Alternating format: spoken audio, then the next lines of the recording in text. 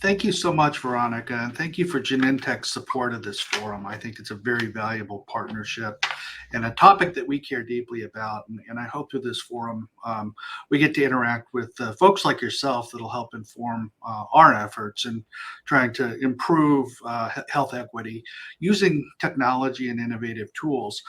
Today's panel is going to really be focused on the theme of improving the patient journey and patient-centric data governance as approaches to address health disparities.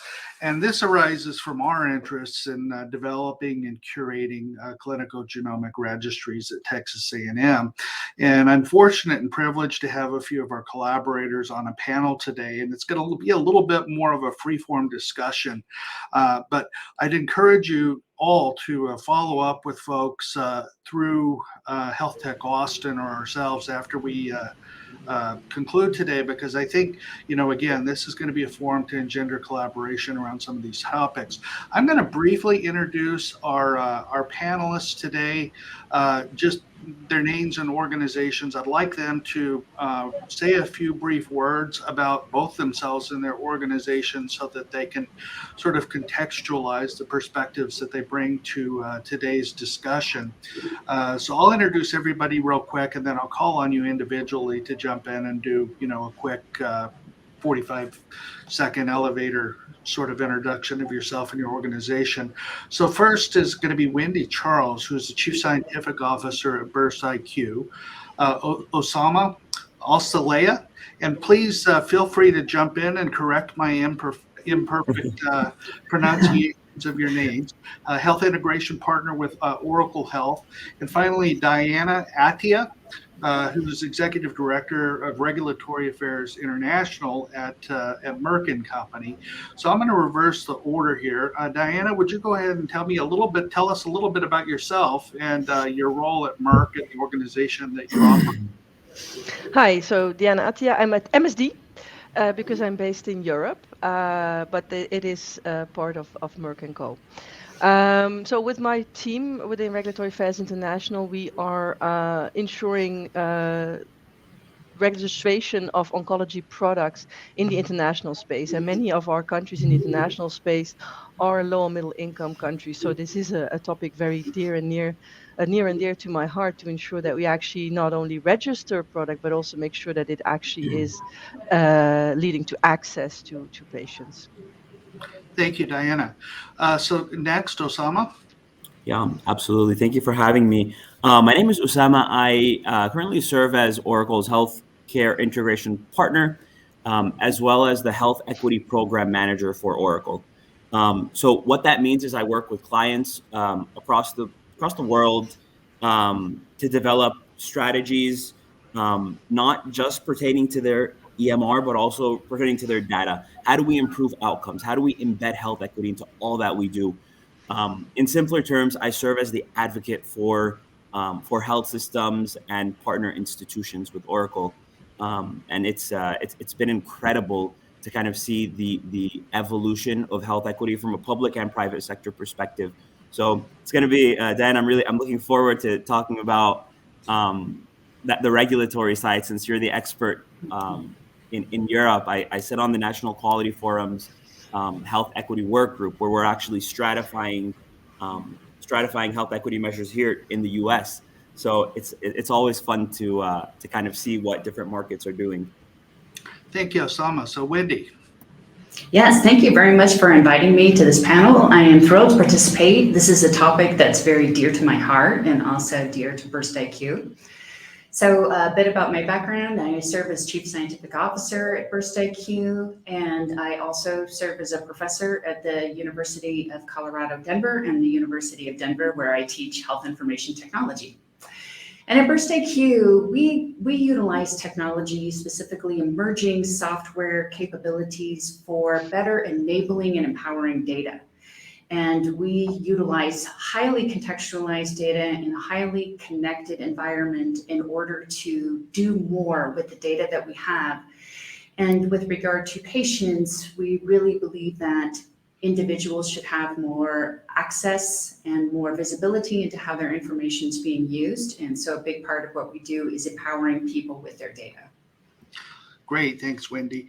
Yeah, and so data is a central theme of today's discussion. And, Veronica presented a perspective on inclusive research. And I think inclusive research is a precursor to having a representative data set. And if we're going to understand a lot of the complex threads of problems underlying health disparity, which have socioeconomic, biologic, genomic, and environmental determinants, I think having representative data is a goal that we all share and are committed to. So what I'm going to do, I'm going to pose a series of questions, and I think we're going to start with some more generalized questions because that'll, I think, sort of illuminate some of the diversity of thought and expertise that we're fortunate to have on this industry panel.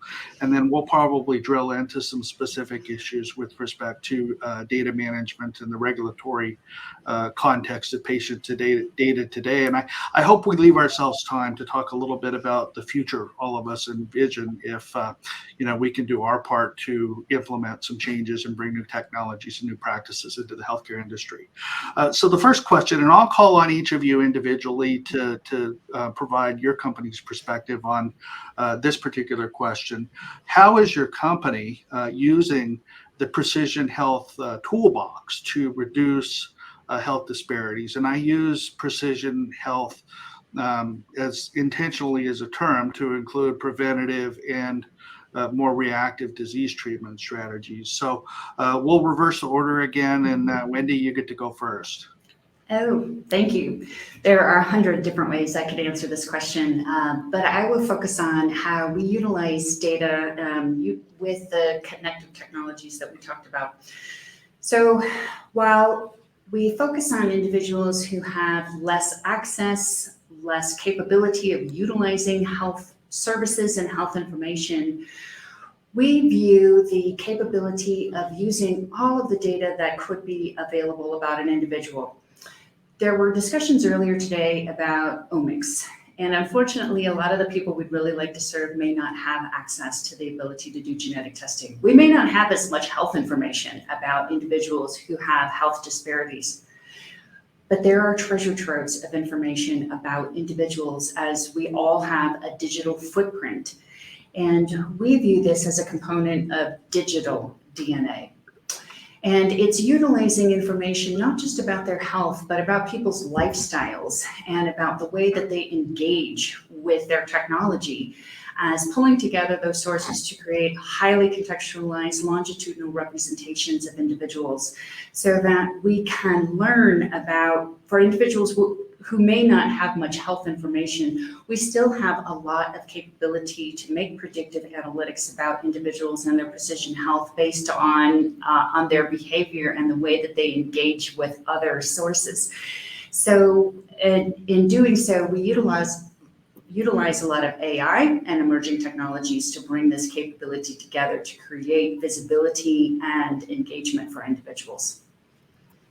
Thanks, Wendy. So Osama, you kind of represented your role as, if you'll sort of give me a little latitude, as sort of connective tissue, but I think between community stakeholders and Oracle's enterprise software business serving the healthcare industry. So I'm keen to hear your perspective on how this evolving toolbox of precision health tools can be used. Yeah, that's a great point. So I would say number one, right? We're elevating the role of data. Okay. We've been doing it in the past.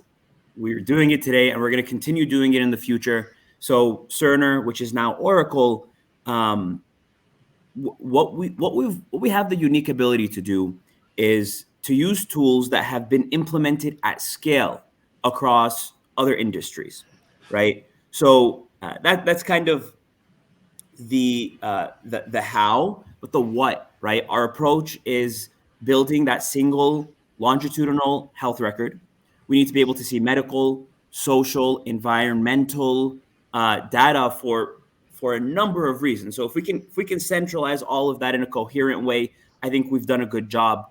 And there are a number of reasons why this needs to happen, right? I'm happy to see public sector saying, hey, we're going to need you to require, or we're going to need you to report on social screening now, right? Kind of pushing for an understanding of systems thinking and systems design. We'll get into the like clinical research, and we have something called the Learning Health Network that I'll dive into probably a little bit later here. But the last thing that I'll share now is kind of what our North Star is. And I think for my team, that is identifying where disparities are and realizing what the root cause is. And I always give this example when talking about the root cause dilemma, right? We've got perspectives and we've got intentions. And when we sit in organizations and institutions like Oracle and TAMU and all of these places where we impact our communities and our populations, right?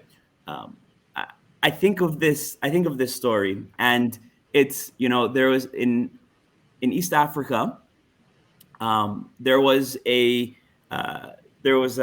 problem. I believe it was in Mozambique with malaria. So large multilateral institutions said, "Hey, we're gonna donate tons and tons of mosquito nets to these populations in Mozambique and in countries in East Africa." So they did that, and what happened? Right? This was their perspective was, "Hey, we're gonna, through the World Bank or World Health Organization or multilateral institution, we're gonna help these places." And they had good intentions, but they didn't have the right perspective, right? So what happened is the folks in these communities ended up using these. Malaria did not go down at all, and they ended up using these mosquito nets as fishing nets, and they destroyed the local ecological, the local ecological fishing community, right? So I think it's really important to understand what communities we're supporting. Health justice is at the epicenter of what moves our health equity team. Yeah, and thank you, Osama. And I agree. It's a really, complex environment with, a large number of stakeholders and a lot of different moving parts. And I think I'm really interested to hear Diana's perspective. Merck is a global pharmaceutical company, is a fantastically innovative pharmaceutical company that have brought a lot of innovative medicines, new classes of medicines. There's cell therapies and gene therapies in the pipeline. There's a lot of work going on in a number of different disease areas where a lot of new technologies and innovative delivery channels and delivery mechanisms are necessary to deliver the tools, if you will, to the providers, to the tools that providers, payers, and patients want and need. So, Diana, just to reiterate the question, how is Merck using the Precision Health Toolbox to reduce and address health disparities in the U.S. and globally?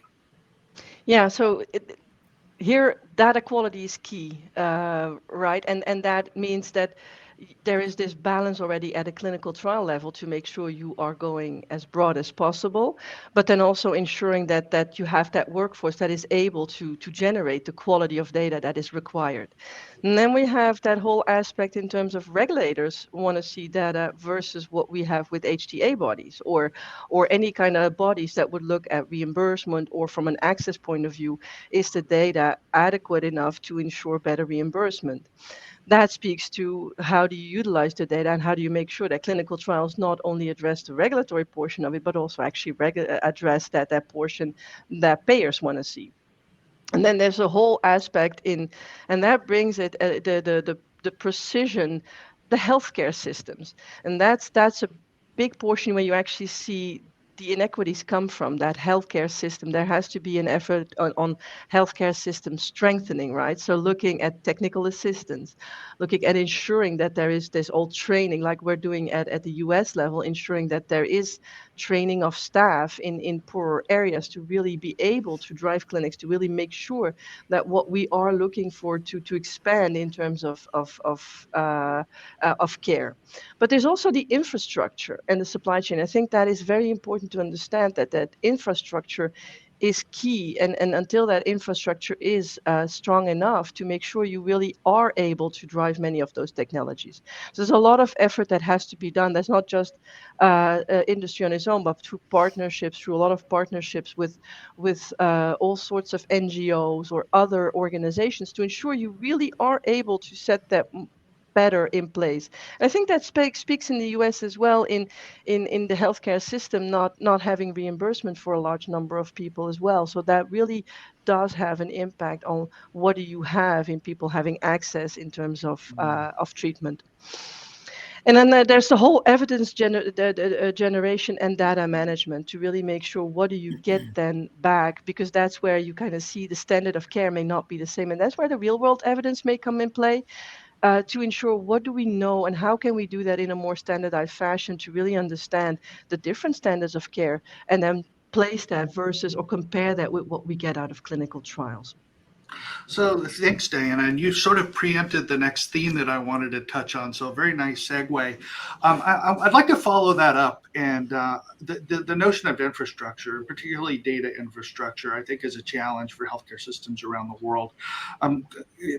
Sitting in Europe but working for a global company, what can the U.S. learn from European systems about data infrastructure, and what might European systems learn from the American system, which is a little bit more fragmented about data infrastructure? Because I think we're going to circle back to this topic at the end and sort of idealize a little bit. I think they all can learn, and there's a lot of room for improvement in that there's a lot of initiatives with the Cumulus. There's a lot of, and I hope through a Cumulus or all this transparency that you start seeing at the email level to really ensure that data are much more commonly shared. We do see that it's still not, it's still not the same, and it's all fragmented still. There's also a lot of alignment that we have to see, and I think that's where we start seeing a lot of alignment between regulators and HTA bodies, which will help to also streamline how data are collected and also how data are shared. So we're at the beginning, and I think it is important that there's a lot of discussion and alignment on that to ensure that data are well captured, as well as what we see through Friends of Cancer Research with the real world evidence, the structuring of gathering and looking at real world evidence that will enable us to have better means of comparability, but also better means of understanding where do you want to go, where is the need, and have a better usage of data. So great. So Osama, I think, to some extent, Oracle is in the infrastructure business. And I'd like to get your perspective on infrastructure as sort of a barrier, I think, for achieving or addressing health disparities, whether that's with respect to data or, feel free to sort of cover other aspects of infrastructure like supply chains and such. What would be your perspective on addressing some of those challenges? So to address some of these challenges, I would probably segment this into two buckets, right?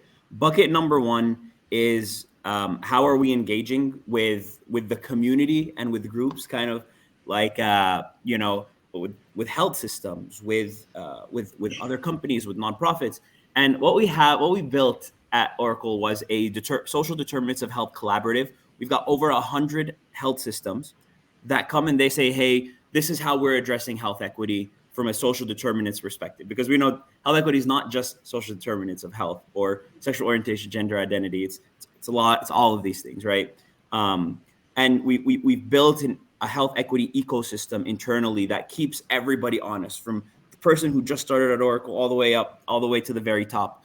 But to answer your question more directly in the second bucket is I'll share an example of what one of our clients in London has been doing. So for those who don't know, we have an EMR, a very large EMR from Cerner, and one of our products are Healthy Intent. So it's an advanced analytics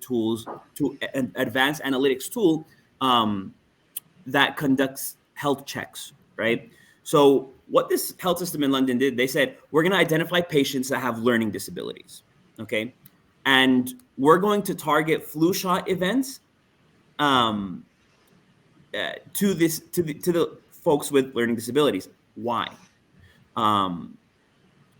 It's because that the people that have learning disabilities, according to our data, right, which we got millions and millions of data points, are more likely to get checked into the hospital for a flu than a lot of other communities, right? So it's easy to identify, right? Because we have the perspective of, oh, people with COPD or people that are at risk, like we need to do flu drives for them because they're the most vulnerable population. But there's also a lot of other unseemingly vulnerable populations that, need things like flu shot events that if we just give them the tools that they need, if we listen to our community, right?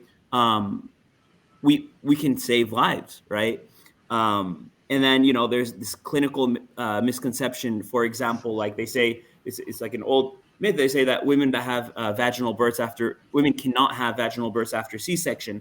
But we need to go back to the root cause, right? So that's what we're trying to address, bringing data to back all of these reasonings. Why are we doing flu checks, flu drives for folks with learning disabilities?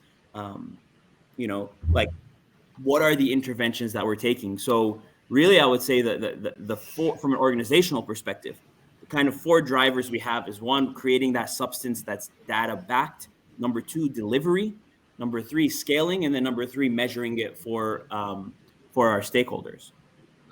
So you sort of struck a chord. You talked about perspectives and intentions, and so we've got this payer, provider, patient triumvirate, and understanding their perspectives and intentions is really, I think, important in solving the data equation, for this triumvirate. And there are obviously other stakeholders as well, and we'll talk about regulatory science a little bit if we have a few minutes left. But Wendy, I wanted to kick it over to you because I think you've got a really unique perspective on this challenge of data fluidity in this complex human system where you've got sometimes competing perspectives and intentions at work. Sure, and there's a lot of different directions I can go with that question, but I would like to kind of reorient the audience about how we can use technology to address patient needs and some of these competing perspectives as well. So first is COVID taught us a lot about how we could still conduct clinical trials without being able to do inpatient visits. We learned a lot about telemedicine and how we can better engage patients at home and work. And so tying back to some of the infrastructure components, we have capabilities with emerging technologies to be able to bring healthcare to the individuals who are underrepresented and give them more adequate care at their home and at their workplace while preserving privacy. And a part of that is that there's so many different systems out there that typically don't speak to each other. I think about my own experience, 30 years in clinical trials, where we often use 10 to 15 different systems to conduct a clinical trial, and we created patchworks of middleware. But today we have capabilities, and that's one of the things that BurstIQ offers, is the capability to integrate systems and integrate the data flow and automate data flow to become much more effective and efficient at capturing these data objects and be able to manage them in a way that's we create more of a global view of how a person is doing. The second point I'd like to make is I think it's really valuable to think about data differently than we have before. One, coming from academia, being a research scientist myself, we always thought about data as being a data point in a data table. And data are organized in rows and columns, but with emerging technologies, especially with distributed ledger technologies, which is a big part of what I am involved in, we actually get to store data as an object, where the data point itself is wrapped with information, much more complex metadata than that is typically captured in a data system, and also be able to ascribe control, ownership, and access permissions, and be able to maintain all of that information with the provenance of data as it flows through the system.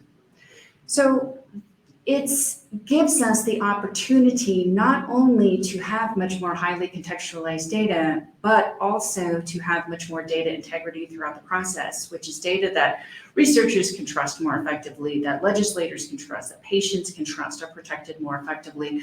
And we can do a lot more with the data that we capture because it's much more contextualized and it allows for much better data linking. So those are just some different ways of thinking about how we can better reach the individuals we're trying to help and utilize technology in newer and more effective ways. Oh, thanks, Wendy. So again, you've kind of preempted the next question or the next theme, and that is, what is, I want to follow up. I'll go over to Diana and then to Osama. What is your company's perspective on the evolving role of patient data in regulatory science, whether that's real world data, real world evidence, or data obtained, through a randomized controlled clinical trial, or other sources of data that might be useful in informing regulatory decision making and even portfolio decision making in companies that have to make these large investments in regulatory development of products. So Diana, what's sort of Merck's current thinking on that? There's a lot of opportunities and challenges for sure in that space. Yeah, definitely, and that's where, as I said, data quality, right? That's everything, but it speaks to integration, right? Of technology integration with data generation, but also ensuring what is it that we need as we are servicing a large number of countries internationally to make sure that we register products and different standards of care, different types of treatment regimens. So that is not we cannot tackle that through clinical trials. So definitely the validity of real world evidence helping us to kind of compare different standards of treatment, different standards of care, helping us to understand also better from a local point of view, because there is the intent to include as many sites globally as possible, yet there is never the full scope. So real world evidence shouldn't replace clinical trials. Clinical trial quality should remain, but real world evidence can supplement in the sense of addressing questions that are very much needed. So I think it's really that integration to ensure that what do we have from a data generation, but also how do we integrate the technologies and the infrastructures as they exist. Yeah, and that speaks. Yeah, sorry. Go ahead. Sorry. No, and I would say that was speaking especially towards these more streamlined, these more technologically or this more advanced types of therapies as well, where there will be more of such data integration needed in terms of population selection. Where do we look at the types of population? So there it really will help to make better weight decisions, perhaps at a local level.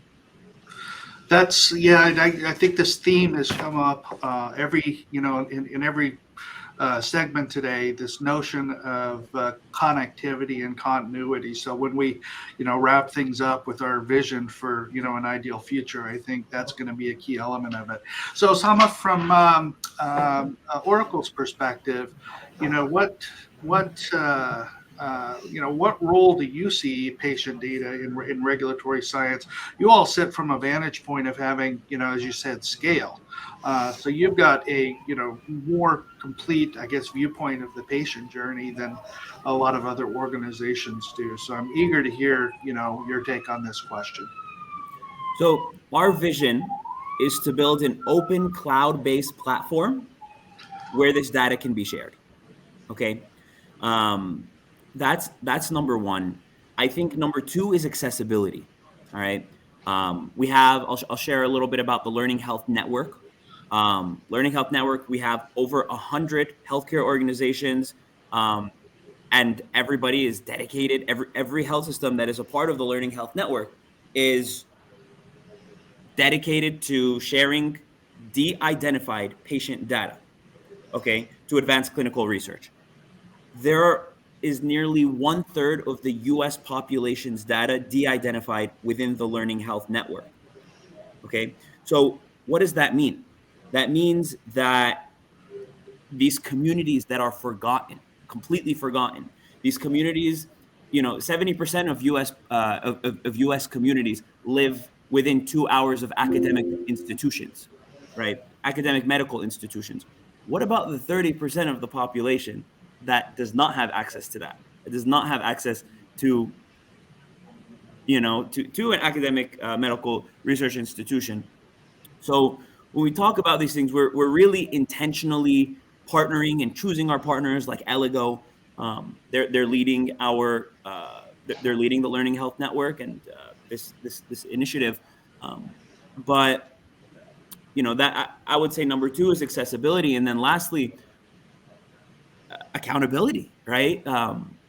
With these new CMS policies that say, hey, you need to report on quality measures related to health equity, social screening, and there's going to be more that are not just exclusively health equity quality measures. They're going to be embedded into other quality measures, right? But again, I think once we kind of get a grasp on how we address health equity, because it is systemic, and unless we're addressing these systemic issues from the root cause, we're not going to find a solution, in my humble opinion, right? So what we can do as a data company is we're going to build that open cloud-based platform where data can be shared. So these viewpoints, I think, portend a fantastic future in this space. I think, there's some thought leadership represented here that is collaborative and good spirited. And I think, we're headed in the right direction as a healthcare ecosystem. The last segment of today, I'd like to focus on our collective visions for the future, what solutions we see to addressing health disparities, generally speaking, and the role of data in addressing those health disparities. And to the extent you have a favorite issue or topic around some of the financial, regulatory, or social impediments to addressing these issues, I'd love to hear about those, because I'd like to sort of wrap up today with everybody's take on, here's what I think we can do to have a better future 10 years from now. So I'll let Wendy go first on this. Okay, sure. Thank you. So I believe the biggest opportunity that we have is to increase patient engagement. And from that, I view technology as having two critical roles. So one aspect is we really do obviously struggle, big obstacle with engaging in health disparities is about getting those people to really become invested in their health and to also take part in emerging programs that could include them more, I was going to say more equally, but I don't think that's accurate, but at least more equitably in the healthcare system. So one aspect we face is, so when people are not logging into patient portals, research has shown that people log in, that of the people who have access to patient portals, they log in, only 30% log in at least once a year. And part of the problem is we present these capabilities of managing data in EHRs and other systems as allowing people to access their information. But those are individual data silos, and it doesn't represent individuals' health. And people are much more concerned about how we can represent their data within the context of their daily lives, and whether or not people are healthy enough to go to their grandchildren's birthday parties, and what information that they could glean to help them better understand their health. And part of that address is with health literacy as well.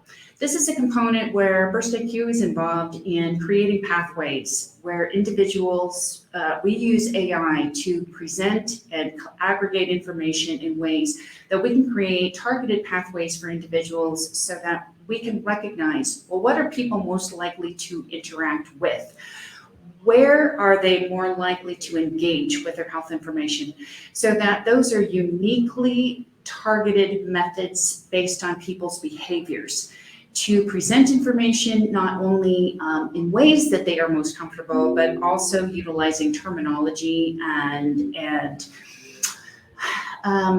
tactics that they are most likely to engage with. Like, for example, some people talk about gamification as being a strategy, but gamification only works with a certain segment of the population. How do we instead address all of the individuals' behaviors about how they interact? The last component is for engagement is about promoting dynamic consent. And what we've been talking about is how individuals' health data have been used for research and repositories in some ways that they could not have predicted or understood.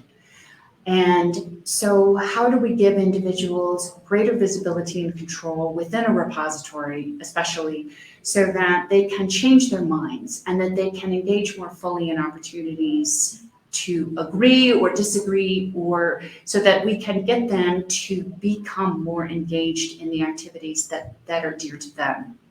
So thank you. Yeah, thanks, Wendy. And that's a really interesting, point to think about. There's this sort of debate about terminology of precision medicine or precision healthcare versus personalized medicine. And, what you're talking about is a future where we have both, where we have medical Correct. that utilize precision tools, but the human component of interacting with the patient is critically important, and we need to build our tools and technologies to enable that. I couldn't agree more. Diana, Merck touches the patient journey at a couple of different, again, both ends of the innovation spectrum, if you will, in clinical trials for new and innovative therapies, but also providing care for patients with a large pipeline of marketed drugs. What would you say about Merck's perspective of on addressing some of the regulatory, financial, and social impediments that will enable us to bring more technologies to address health disparities? Yeah, I think the equitable access, let's say, to that is crucial in addressing the trained manpower, the workforce, that the broad and diverse workforce, and have people trained. And I mean by that is you see that in urban areas, in urban settings, there is much more available. There are much more clinical, and even there you have underserved communities. So there again, the training of people to make sure that recognizing your own people and feeling more comfortable, having more sense of trust. And it's also around training, to really have that data management, to really study disease at those levels. And that speaks to also rural settings where you do not have many of those facilities. So really making sure that there is that health system in place in terms of being able to serve, diagnose, treat people from an equitable access point of view. Looking at it from a regulatory point of view, it would be great to really see that more of harmonization, more of recognition, a more streamlined approach to approve indications, but that is built again by, well, how are the data then? How is it built? So how are those trials built? So how diverse are the data, and how well do they represent, based on the epidemiology, where you see that underserved populations may sometimes have a higher unmet need, but the data do not say anything about the effectiveness of treatment on those populations. And then the supply portion. Yeah. Sorry. Thank you. So, Osama, you're going to have the last word here. What is Oracle's perspective on, a bright future? How do we address some of these impediments and get where we want to be in 10 years? So health equity is not new. Health disparities are not new. We've had them forever, right? And I think that we have technology available today that can help us embed it into our organizations. But what does that even mean, right? Like, we're hearing this all the time, like, oh, we want to embed it into the very fibers of who we are, which is true. And that's what we're talking about at Oracle. But what can be done? So one of our interventions have been launching what we're calling the Health Equity Delivery Transformation Plan, which is centralizing explicit and implicitly health equity related products, services, and offerings, right? This can be something as, like as simple as a social screening form, right? So if you're at, you're in, you go to the clinic, or you go to the community center, or you go to hospital, and you come in and you have to report on what is the social situation, right? So something as simple as that all the way to sexual orientation, gender identity, to revenue cycle, right? We're talking about finance. We're talking about how, how this correlates with health equity, and what are the externalities of that.